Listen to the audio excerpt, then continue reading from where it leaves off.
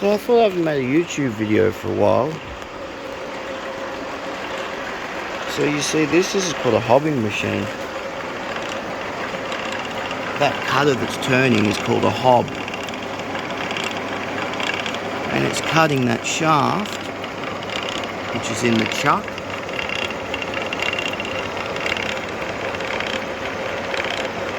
It's being turned. And it's cutting a spline. Which splines are on axles and stuff, you know. Like say, here's a side gear. There's a spline in that ball. Here's a shaft, like an axle in your car, with a spline.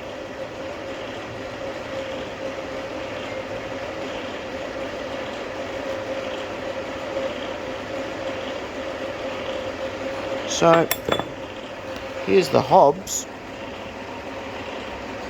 That's why it's called a hobbing machine, because these hobs are all different, to cut all different types of splines. Now this hobbing machine is older than anybody watching this video. And if you are watching this video and you're that old and you're in a wheelchair, then you may possibly be older than this machine. But maybe not.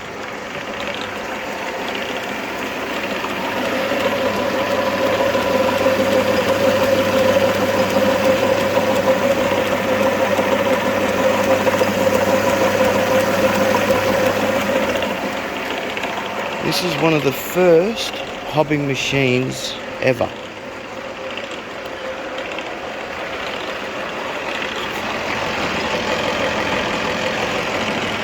Felter. That person there, Felter, if that's what it says, was the person who invented hobbing machines. And this is not the first, but you know, around that era, and it's still going today. We use it all the time to cut splines. It's a great little hobbing machine. You want to cut different amounts of splines? Here's a chart, worked it all out. For example, here's 25 spline. You want to cut 25 spline? You need to have a 24, a 60 by a 48 and an 80. So you go into this door and you open it, and there's those gears. That's an 80, 40, blah, blah. So you change that little gear there, that gear there, that gear there, and that gear there. And when you change those 4 gears, it changes the amount of splines you cut. See? 1, 2, 3, 4. They all have 4 sets of gears for how many splines you want to cut. Okay? And here's a bunch of gears there you can use. There's some other gears here you can put on there. There's all gears in there. All those boxes have gears. There's gears over there. Now, that's the amount of splines you want to cut on your shaft. But then there's different degrees of splines, which these hobs have different. So that's a 48 PA, oh no, 45 PA. And see, they have all different DP. That's how you change your DP. You just loosen them nuts, you turn that, and the angle of the head tilts for whatever you're cutting. You buy a brand new hobbing machine today, it has all these computers built into it, like a CNC hobbing machine, and you can cut shit no different than this machine here. The only difference is this machine will go for 100,000 years, whether a CNC one you buy today will last like 30 years and then they'll be fucked. There's a difference from old shit to new shit. Old shit lasts for fucking ever.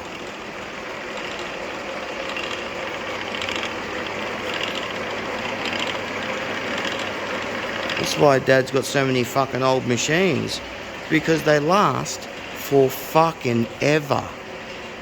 You see these newer machines,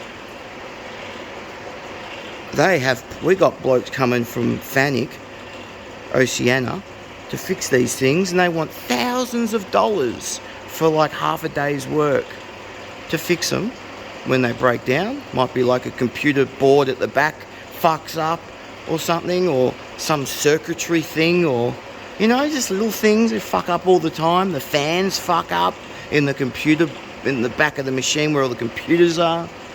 But these old machines, you buy one of these old machines, they just never fuck up, ever. It's a shame you can't get them anymore. Everyone's just scrapped them for all these newer machines, but the newer machines are just shit. Sure, they might cut a little bit faster. They don't last very long.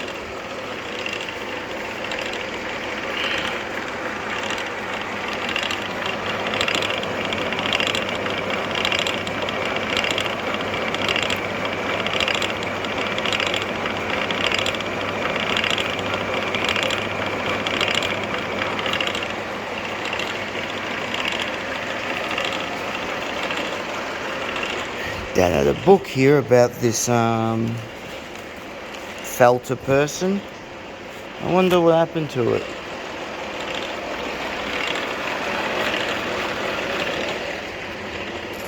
He's over on the lathe, but he had a book.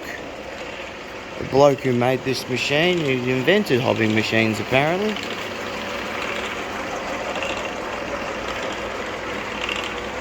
He was a farmer, and he invented a hobbing machine.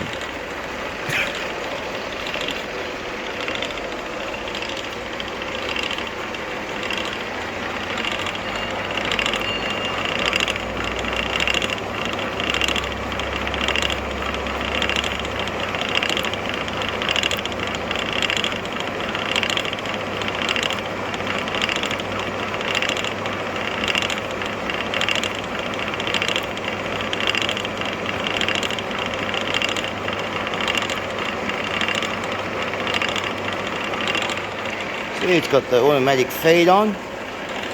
Push that, and then see how it's feeding by itself.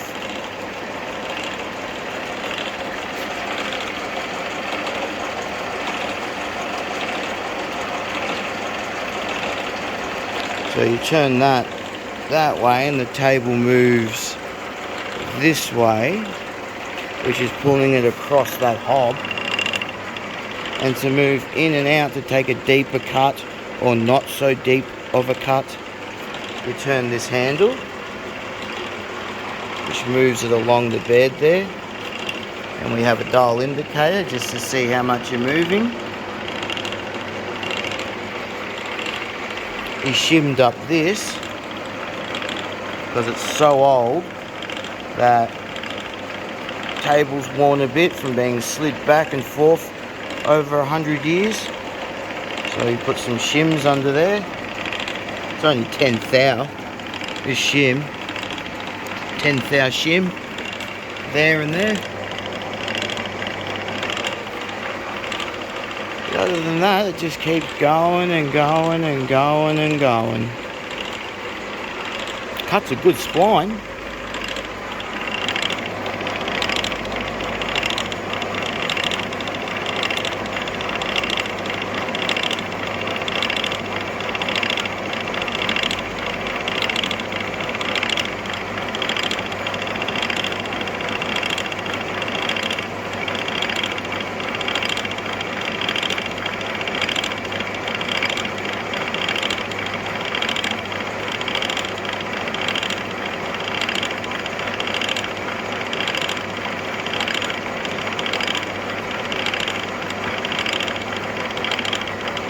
When do we stop it? Well, it Goes the whole way? Peaking out a bit further than that. I'll go and get the side here a bit.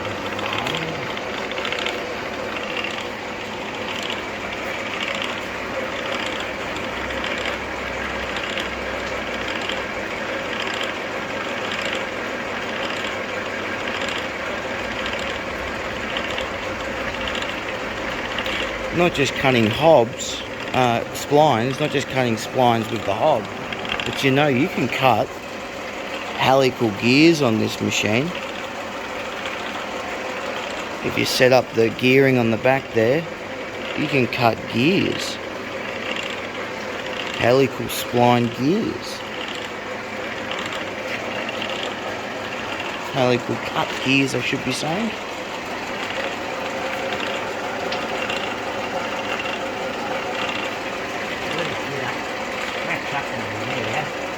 Should stick through the gear by 5 mil, roughly. Okay. I think the belt's with the there, it's just a flat belt. Yeah.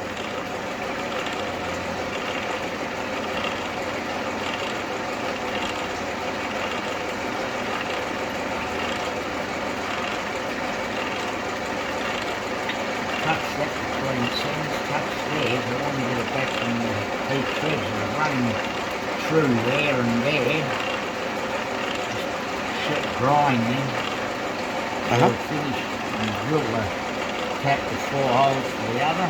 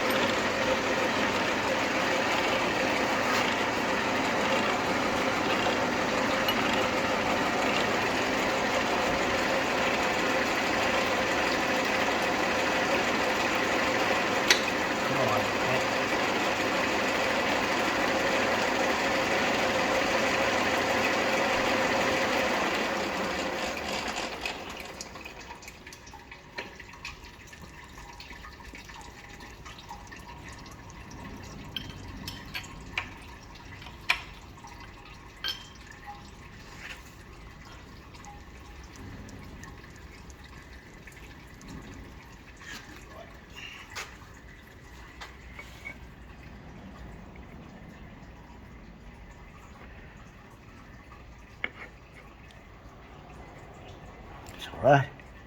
Hey. It's going to go about there, but it's got 5 mil clearance. It'll run about there. So anyway, that's all right, that one. So all we're going to do now is... You have another one to put in.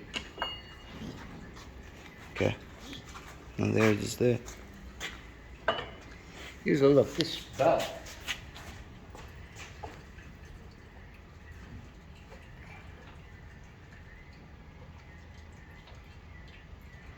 Loose. Because... How old do you reckon this machine may be, Dad? 100 years old?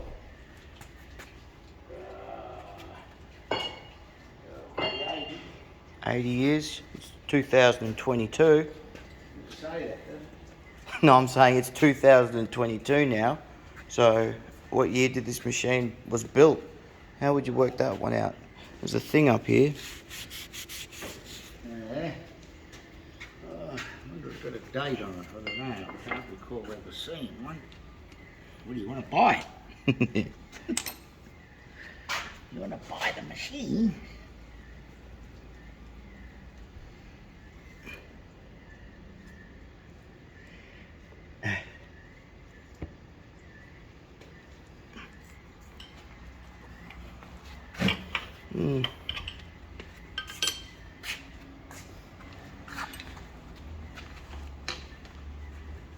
Runs pretty true, this thing, this chuck.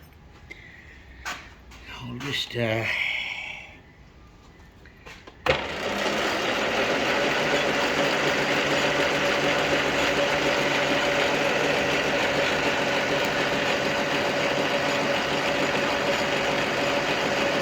So,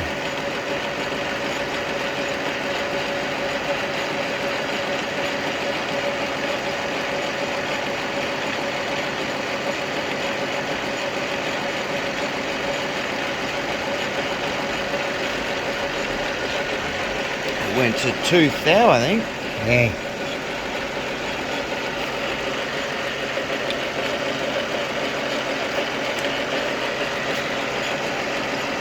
Tried on the 0, I think it's better on the 0, you see, so that's one.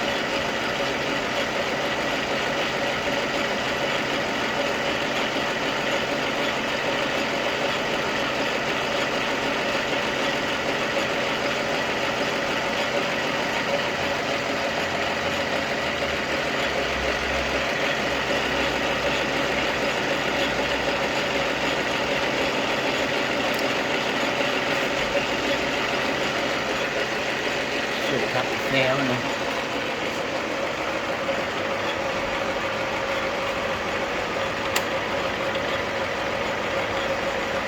Yes, so.